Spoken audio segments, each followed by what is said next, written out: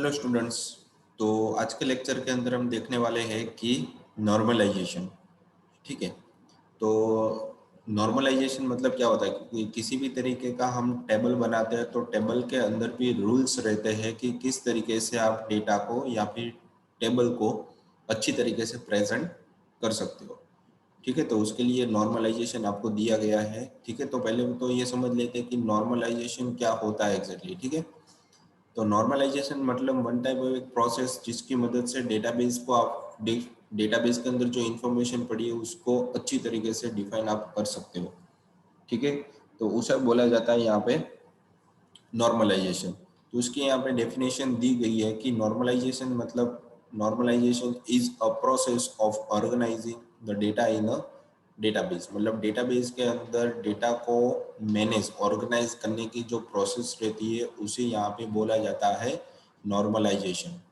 ठीक है। ये आपको समझ में आ गया होगा कि नॉर्मलाइजेशन मतलब किसी भी तरीके के डेटा को मुझे टेबल के अंदर पुट करना है तो उसके भी रूल्स होते हैं, उसको एक स्ट्रक्चर के फॉर्मेट में रखा जाता है जिसकी मदद से बहुत ही इजी हो जाता है कि किस किस तरीके से डेटा में से अगर मैंने एक बार डेटा स्टोर कर दिया उसको वापस मुझे फैच करना है तो किस तरीके से मैं कर सकता हूँ। ठीक है। तो वो ऑर्गेनाइज करने की जो प्रोसेस रहती है उसको नॉर्मलाइजेशन बोला जाता है। ठीक है। तो नॉर्मलाइजेशन के अंदर क्या क्या आता है? तो normalization is used to minimize the redundancy from a relation. ठीक है। मतलब उसके अंदर जो रिलेशन बन रहा है एक दूसरे के साथ बार बार उसके अंदर जो डुप्लीकेट डेटा आता है उसको वो कम कर देता है। मतलब रिडंडेंसी मतलब उसको कम करना। ठीक है। मतलब मिनिमाइज कर देना। जो भी उसका रिलेशन बन रहा है वो रिलेशन कम से कम डेटा के अंदर और ज़्यादा तरीके से दिखाई जाए वैसे उस तरीके से रिलेशन बनाया जाता है। और सेट ऑफ रिलेशन और उसके साथ एक रिलेशन या बहुत सारे रिलेशन भी आप एक साथ बना सकते हो कम डेटा के साथ। It is also use to eliminate the undesirable characteristic like insertion update and deletion. जो आपको कहाँ पे आपको काम आएगा, जिस तरीके का डेटा डेटा आपने ऑर्गेनाइज किया उसके अंदर से आपको डेटा लाना है, डिलीट करना है या फिर उसके अंदर इंसर्ट करना है तो उसके अंदर बहुत ही आसान तरीका हो जाएगा आपके लिए। ठीक है। तो इसे बोला जाता है वन टाइप ऑफ नॉर्मलाइज। क्यों यूज़ किया जाता है? क्योंकि अगर वो एक बार नॉर्मलाइजेशन के अंदर डेटा अच्छी तरीके से पुट हो जाएगा, ठीक है, रिडंडेंस हो जाएगा तो आप उसके अंदर किसी भी तरीके का ऑपरेशन बहुत अच्छी तरीके से कर सकते हो। इसीलिए नॉर्मलाइजेशन का यूज़ किया जाता है। फिर normalization divide the larger table into smaller table and link them using a relationship. मतलब जो बहुत बड़ा टेबल अगर उसके अंदर होता है तो वो क्या करता है कि हर एक टेबल के अंदर जो इंफॉर्मेशन रहती है वो अलग अलग टेबल के अंदर बांट दी जाती है। मतलब एक ही टेबल के अंदर सारा कुछ आपका डेटा नहीं आएगा, मतलब डुप्लीकेट हो जाएगा। डुप्लीकेट होगा तो क्या करेगा कि कौन सा डेटा मुझे उठाना है वो कंफ्यूज करेगा। तो क्या करता है कि जो भी आपका डेटा है, जो डुप्लीकेट डेटा आ रहा है उसको वो अलग टेबल के अंदर रख देगा ताकि आपको जरूरत पड़ेगी तो उस टेबल के अंदर से आप देख के यूज कर सकते हो उसको। ठीक है। तो वो उन दोनों के बीच में एक रिलेशनशिप भी बन जाएगा दो अलग अलग टेबल के बीच में, और उन दोनों के जो बहुत बड़ा टेबल है वो छोटे छोटे टेबल के अंदर भी कन्वर्ट हो जाएगा। मतलब देखने में भी आसानी रहेगी और रिलेशन भी हमें पता इजीली चल जाएगा तो कि दो टेबल के बीच में कौन कौन से रिलेशन दिए गए हैं। The normal form is used to reduce redundancy from a database table। मतलब नॉर्मल फॉर्म क्यों यूज किया जाता है कि टेबल के अंदर से जो डुप्लीकेट डेटा आता है उसको रिमूव करने के लिए नॉर्मलाइजेशन की प्रोसेस को यूज किया जाता है। ये इसका मेन यूज है। ठीक है। तो आई होप कि आपको नॉर्मलाइजेशन क्या है वो समझ में आ गया होगा, उसके अंदर क्या क्या चीज़ हो सकती है। ठीक है। उसके अंदर किस तरीके से रिलेशन दिया जाता है, रिलेशन क्यों देने की वजह क्या है। ठीक है। तो वो सारी चीज़ें इसके अंदर आपको लिखी हुई है। ठीक है। तो आगे बढ़ते हैं कि नॉर्मलाइजेशन के टाइप। ठीक है। तो नॉर्मलाइजेशन के कितने टाइप है? तो टाइप्स ऑफ नॉर्मल फॉर्म, तो यहाँ पे आपको चार तरीके के नॉर्मल फॉर्म जो मेन चार तरीके के टाइप है वो दिए गए हैं। ठीक है। इसके अलावा भी बहुत सारे आते हैं पर उसके अंदर आपको अप्लाई करना है तो ही आप उसको यूज कर सकते हैं। अगर आपको अप्लाई नहीं करना है तो वो नॉर्मल फॉर्म का यूज नहीं। पर ये चार तरीके के चार जो नॉर्मल फॉर्म वो तो उसके रूल्स तो आएंगे ही आएंगे, ये कंपलसरी है। तो अगर इसके बिना कोई भी आपका टेबल अच्छे तरीके से नहीं बनेगा। ठीक है। तो first NF, 2 NF, 3 NF and BCNF, तो चार तरीके के अलग अलग नॉर्मल फॉर्म है। तो फर्स्ट ऑफ ऑल तो यहाँ पे दिया गया है कि देखो यहाँ पे 5 तरीके पर मेन यूज यहाँ पे होता है 4 तरीके का। ठीक है। तो फर्स्ट ऑफ ऑल यहाँ पे दिया गया है कि फर्स्ट एनएफ में क्या होता है उसका डिस्क्रिप्शन, 2 एनएफ के अंदर क्या होता है उसका डिस्क्रिप्शन, ठीक है। तो इस तरीके से हम देख लेंगे। तो चार यहाँ पे 4 टाइप्स ऑफ आपको एनएफ है, एनएफ दिया गया है। तो फर्स्ट एनएफ के अंदर एग्जैक्टली क्या होता है वो हम देख लेते हैं पहले।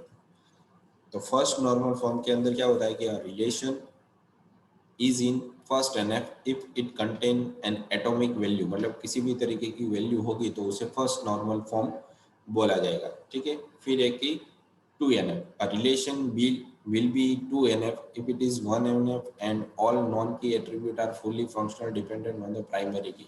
अगर आपने उसके अंदर प्राइमरी की दी है और उसके डिपेंडेंटली सारा डेटा वर्क होता है तो उसको यहाँ पे बोला जाता है 2NF। मतलब आपको एक प्राइमरी की भी देनी, मतलब यूनिक की देनी पड़ेगी कि हर एक टेबल के अंदर वो, हर एक रो के अंदर वो अलग ही रहेगी, डुप्लीकेट कभी भी नहीं आएगी, तो उसे प्राइमरी की बोला जाए। तो उसके बेस पे सारा डेटा आपका टेबल के अंदर पड़ा रहेगा। फिर एक 3NF, the relation will be 3NF if it is in 2NF and no transition dependency exist. मतलब किसी भी तरीके का डेटा को ट्रांजिट नहीं किया जाए, मतलब दूसरे टेबल के अंदर ट्रांसफर किया नहीं जाएगा, तो उसे यहाँ पे 3NF बोला जाता है। फिर एक 4NF, तो इन सारे जितने भी NF दिए गए तो उसको भी हम डिटेल में अभी देखेंगे, ठीक है।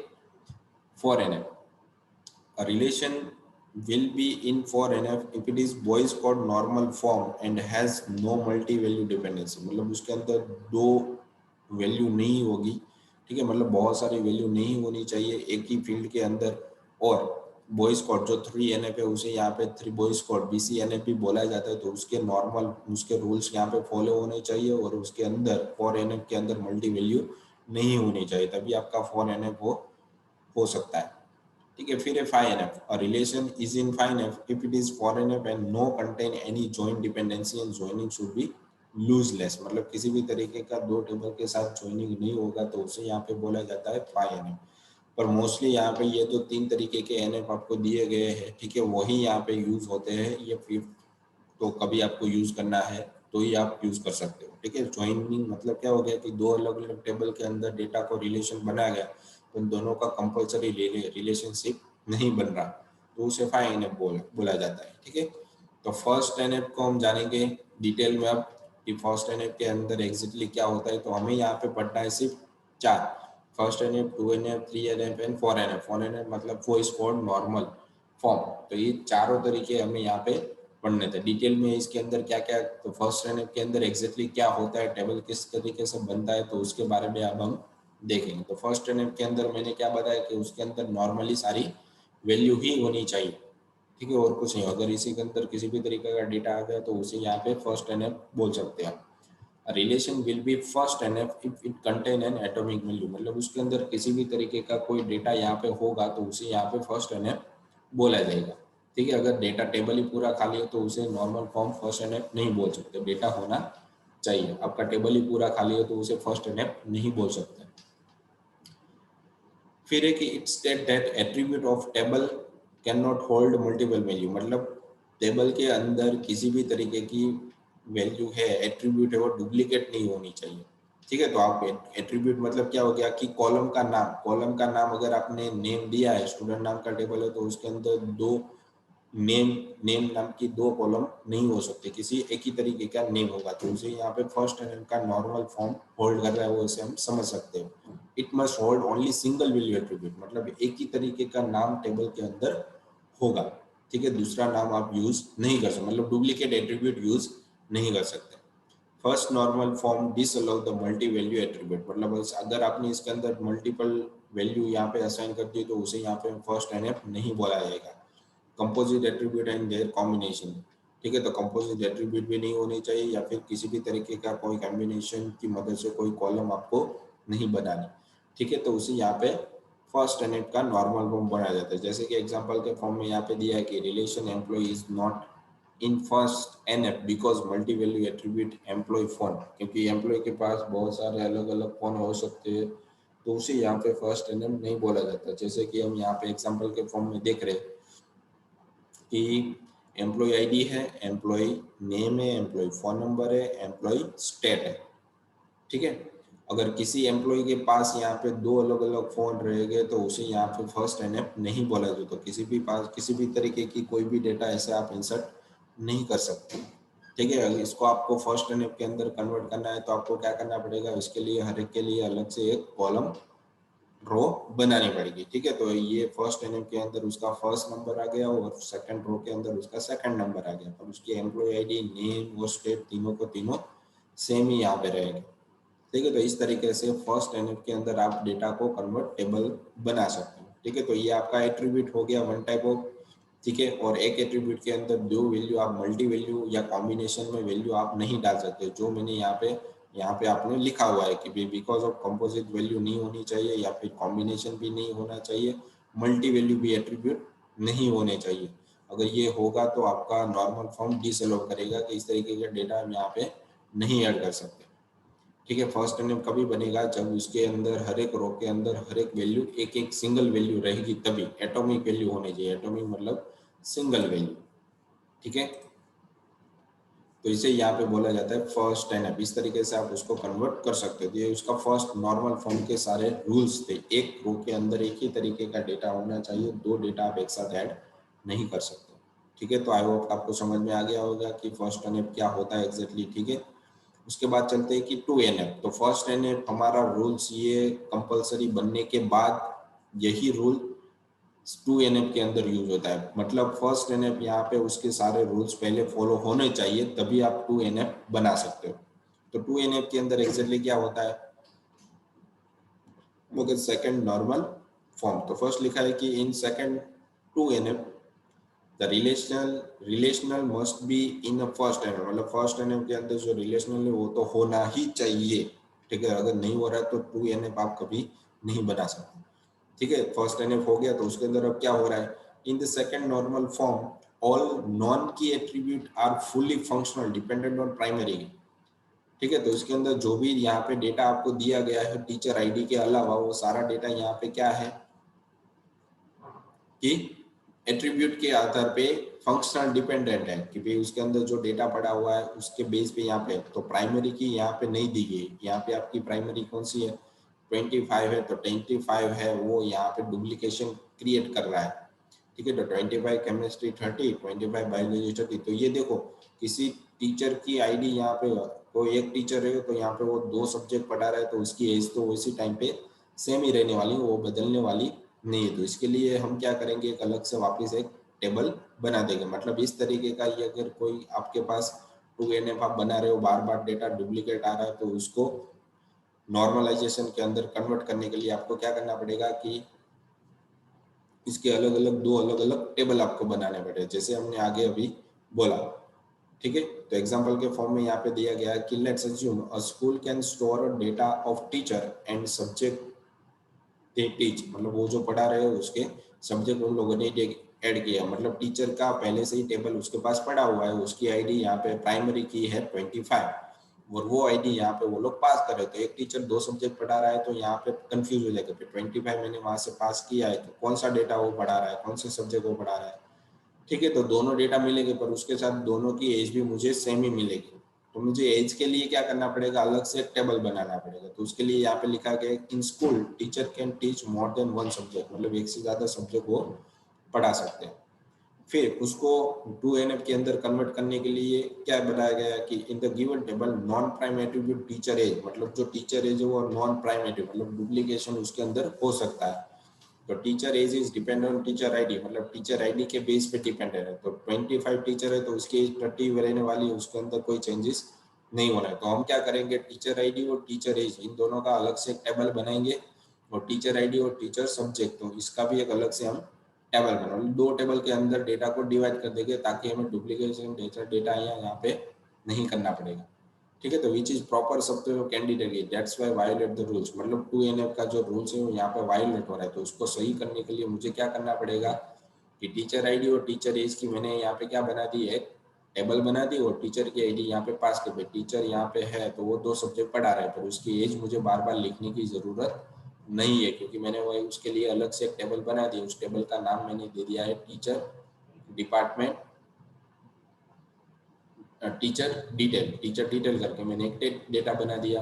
फिर टीचर सब्जेक्ट, तो कौन कौन से सब्जेक्ट पढ़ा है, तो उसके लिए मैंने वापस अलग से टेबल बना दिया, ताकि हमारा जो डेटा बार बार रिपीट हो रहा है मुझे यहाँ पे लिखने की जरूरत नहीं है, या फिर डालने की भी जरूरत नहीं है, तो ये काम हमारा यहाँ से कम हो जाता है। तो आपको टेबल विजुअलाइजेशन के फॉर्म में ज़्यादा अच्छी तरीके से समझ में आएगा कि टीचर आईडी जो टीचर है उसकी जो इन्फॉर्मेशन है वो बार बार लिखने की मुझे ज़रूरत नहीं। अगर वो एक टीचर है वो 5 सब्जेक्ट पढ़ा रहा है तो मुझे क्या 5 सब्जेक्ट के साथ उसकी डिटेल्स भी डालनी पड़ेगी ना बार बार, तो कम हो जाएगी। मैंने एक बार टीचर का डेटा डाला तो उसके अंदर मैंने टीचर की सारी डेटा इन्फॉर्मेशन डाल दी है, तब मैं क्या उसकी आईडी से यहाँ पे पास कराऊंगा ताकि मेरा डेटा यहाँ पे यूनिक रहेगा। ठीक है, तो इस तरीके से 2NF का रूल यहाँ पे फॉलो होता है। ठीक है, तो ये फर्स्ट NF और 2NF आपको आई होप अच्छी तरीके से समझ में आ गया होगा कि किस तरीके से फॉलो होता है। तो पहले फर्स्ट NF के अंदर क्या होता है कि डुप्लीकेशन मल्टी वैल्यू नहीं होगी, और दूसरे के अंदर क्या होगा कि डुप्लीकेशन डेटा बार बार आ रहा है तो उसको वो अलग फॉर्म के अंदर डाल देंगे। फिर एक ही हमारे पास थर्ड नॉर्मल फॉर्म। तो थर्ड नॉर्मल फॉर्म होने के लिए 2NF का रूल्स और फर्स्ट NF का रूल्स पहले फॉलो होना चाहिए, तभी आप 3NF बना सकते हो। ठीक है, तो उसके लिए यहाँ पे क्या दिया गया है कि relation will be in 3NF if it is 2NF and not contain any transitive partial dependency. ठीक है, तो एक ही साथ अलग अलग तरीके का डेटा नहीं दिखाना, एक ही साथ अलग अलग तरीके का डेटा आपको नहीं दिखाना।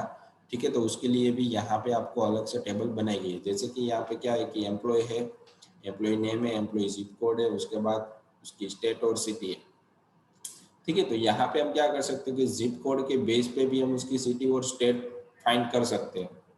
तो यहाँ पे मुझे ये जो बार बार एक ही टेबल के अंदर सारा डेटा इंसर्ट करवाना पड़ता है, तो उसके लिए मैं क्या कर दूंगा कि अलग से एक टेबल बना दूंगा।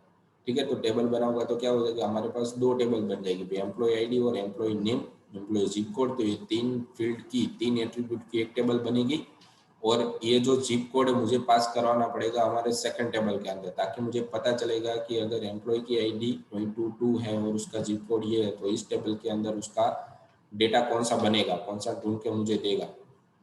ठीक है, तो ये हमारे पास 3NF हो जाता है। तो 3NF is used to reduce the data duplication. मतलब 3NF हमें कब काम आएगा, तो डेटा को रिड्यूस करने के लिए काम आएगा। मतलब जब भी डेटा हमारा डुप्लीकेशन में जा रहा होगा या फिर किसी भी तरीके का डेटा मुझे बार बार लिखने की या डालने की जरूरत पड़ रही होगी, तब मुझे क्या करना है कि 3NF का यूज करना। मतलब डेटा को रिड्यूस करने के लिए 3NF का यूज किया जाता है। It is also use achieve और डेटा इंटीग्रेट। मतलब डेटा के अंदर कॉम्बिनेशन, एक दूसरे के साथ जो रिलेशनशिप बनता है उसको भी वो अच्छी तरीके से फॉलो करता है। ठीक है, या फिर फॉलो करवाता है। ठीक है, तो बार बार मुझे डेटा डालना नहीं पड़ता, उसके लिए यहाँ पे 3NF का यूज कर सकते हैं।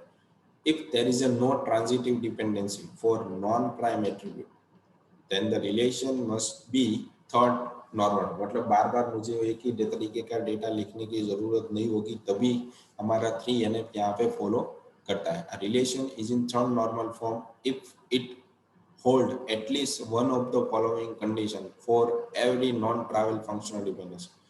ठीक है, तो किसी भी तरीके के डेटा को हम फाइंड आउट करते हैं तो उसके अंदर नॉन ट्रांजिटिव डेटा होना चाहिए। मतलब एक ही डेटा बार बार रिपीट नहीं होना चाहिए। मतलब एक्स से वो वाई से ही रिलेटेड करता है। ठीक है, तो उसके अलावा तो यहाँ पे जिप कोड है हमारा, दोनों के अंदर फॉलो करता है। तो एक्स से उन दोनों के साथ रिलेशनशिप बनाए, तो एक्स हमारा टेबल है और वाई भी हमारा टेबल है। तो एक्स के अंदर कौन सी फील्ड जिप कोड है वो दूसरे टेबल के अंदर आप पास कर सकते हो। एक्स के अंदर यहाँ पे क्या हो जाएगा, उसकी सुपर की हो जाएगी।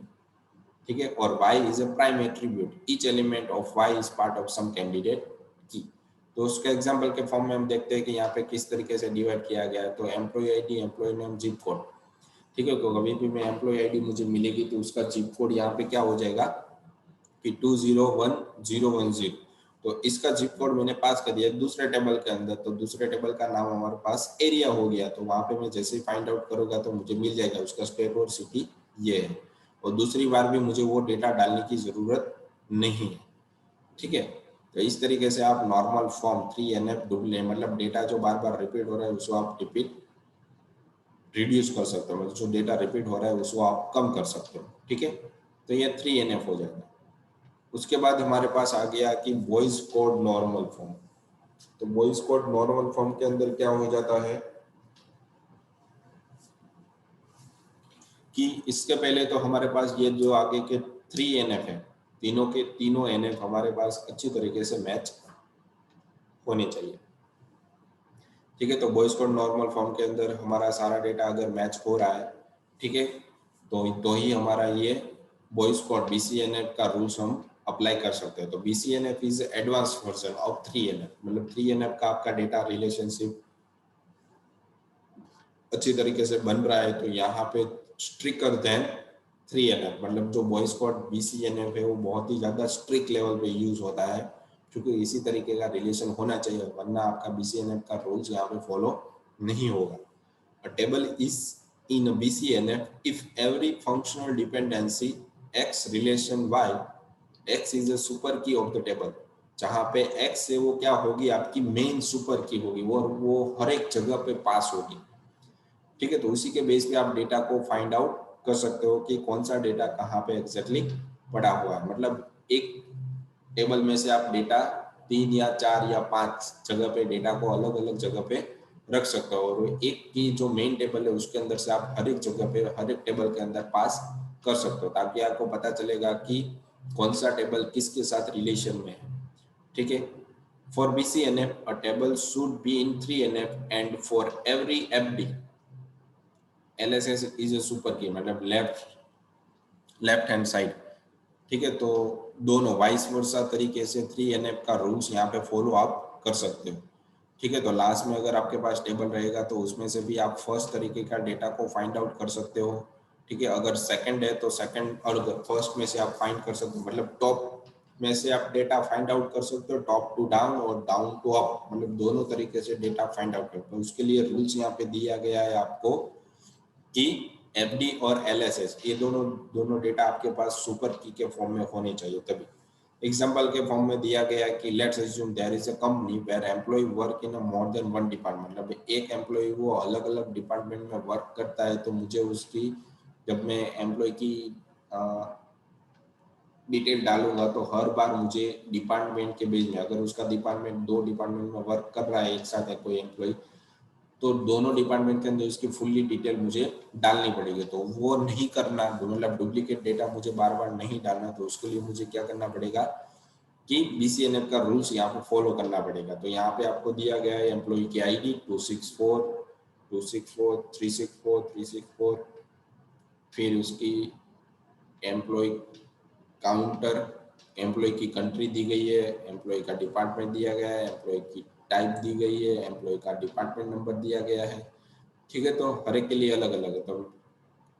तो उसको 3 BCNF के अंदर किस तरीके से डिवाइड किया जाता है। तो यहाँ पे क्या हो गया आपके पास कि एम्प्लॉय की ID और एम्प्लॉय की कंट्री, तो यहाँ पे 264, दूसरा आएगा 364। ठीक है। तो यहाँ पे UK और यहाँ पे फुल से मैंने यहाँ पे इंडिया इंडिया कर दिया है। ठीक है। तो यहाँ पे 364, यहाँ पे UK, तो इस तरीके से दोनों डेटा, तो एक टेबल हमारी बन गई। ठीक है। तो जैसे ही हमारी टेबल बन गई तो इसके अंदर जो एम्प्लॉय की ID प्राइमरी की है, ठीक है, उसका डेटा यहाँ पे रिलेशन में रहेगा। मतलब हमारा जो फर्स्ट टेबल है उसके अंदर हमें पता है कि 264 है, तो उसके डिपार्टमेंट कौन सी रहने वाली है, यहाँ पे 394 रहेगी। तो ये एडवांस वर्जन हो गया। ठीक है। तो उसका डिपार्टमेंट यहाँ पे क्या हो गया कि कनेक्टेड हो गया। तो ये डिपार्टमेंट 264 मतलब ये वाला, और 364 मतलब ये वाला। ठीक है। तो मैं कभी भी फाइंड आउट करेगा भाई 364, तो इसके अंदर मुझे 2 डिपार्टमेंट मिलेंगे, वो दोनों डिपार्टमेंट फाइंड आउट करेगा हमारे एम्प्लॉय डिपार्टमेंट के अंदर। तो 2 3 थ्रू, तो यहाँ पे आ गया स्टोर, और 5 और 4 9, तो यहाँ पे डेवलपमेंट, तो दोनों डेटा आपको मिलेगा। मतलब यूके के अंदर स्टोर और डेवलपिंग दोनों हो रहा है। अगर इंडिया जोड़ोगे तो आपको 2 से तो उसके रिलेटेड यहाँ पे कौन सा एम्प्लॉय ID थी, डिपार्टमेंट ID 394। तो 394 के बेस पे वो दोनों डिपार्टमेंट उसको मिल गए, और वो फाइंड आउट करेंगे हमारे एम्प्लॉय डिपार्टमेंट के अंदर 283 मतलब डिजाइनिंग और टेस्टिंग। तो दोनों डेटा आपको यहाँ पे मिल जाएंगे इजी तरीके से। ठीक है। या फिर एम्प्लॉय ID के बेस पे भी, डिपार्टमेंट टाइप के बेस पे भी आप डेटा को फाइंड आउट करते हो। दोनों तरीके यहाँ पे आपके पास। तो ये आपका एडवांस वर्जन हो गया कि BCNF की मदद से अगर आप छोटे छोटे टेबल के अंदर डेटा को, जो बहुत लार्ज डेटा आ रहा है उसको अलग अलग टेबल के अंदर डाइवर्ट कर दोगे, तो आपको सिर्फ रिलेशन ही बनाना है कि इसके साथ ऐसा कौन सा डेटा है जो रिलेशन के साथ बन रहा है। ठीक है। टेबल या की एट्रीब्यूट आप अपनी तरीके से कोई भी बना सकते हो, पर उन सबका रिलेशन कोई अपनी तरीके से अच्छे से बना सकते हो। ठीक है। तो ये सब बहुत सारे एग्जांपल आपको ऑनलाइन मिल जाएंगे। ठीक है। तो इस तरीके से रिलेशन आपको बनाने रहते हैं। तो ये हो जाता है BCNF, तभी आपका BCNF यहाँ पे अच्छी तरीके से होगा। तो जैसे ही हमारा लेक्चर खत्म हो रहा है, तो यहाँ पे आपको 3 क्वेश्चन दिए गए हैं जिसके बेस पे आपको अटेंडेंस करनी है, ठीक है। तो नेक्स्ट लेक्चर के अंदर हम पढ़ने वाले हैं कि keys, different type of keys. तो कीज किस तरीके से वर्क होती है, तो उसके लिए हम नेक्स्ट लेक्चर के अंदर पढ़ेंगे ताकि आपको अच्छे से समझ में आ जाए, ठीक है। तो कौन सी टेबल कैसा होता है, कौन सी की होती है, किस तरीके से होती है। तो फर्स्ट ऑफ ऑल तो आपको ये नॉर्मलाइजेशन समझ में आना चाहिए। तो ये 4 तरीके के नॉर्मल फॉर्म प्राइमरी तरीके से यूज किए जाते हैं, बाकी ये जो जो नॉर्मल फॉर्म है वो रेयर केस में यूज होते हैं, ठीक है। तो ये नॉर्मल फॉर्म था, ठीक है। तो आज के लेक्चर के लिए इतना ही था। Thank you.